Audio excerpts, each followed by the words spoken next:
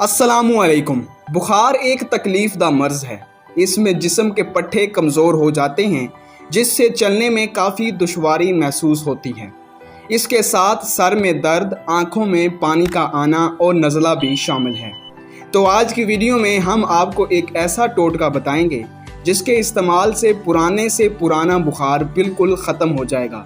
तो वो टोटका नोट फरमा लीजिए। किसी भी किस्म का बुखार हो तो सब्ज़ इलायची चंद दाने 1 कप पानी में डालकर उबालें। जब पानी आधा कप रह जाए तो इसमें 4 चम्मच खाने वाला खालिस अरके गुलाब मिक्स कर लें। फिर मरीज़ को ये पानी पिलाएं।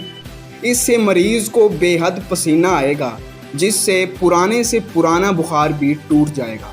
तो दोस्तों, ये थी हमारी आज की वीडियो।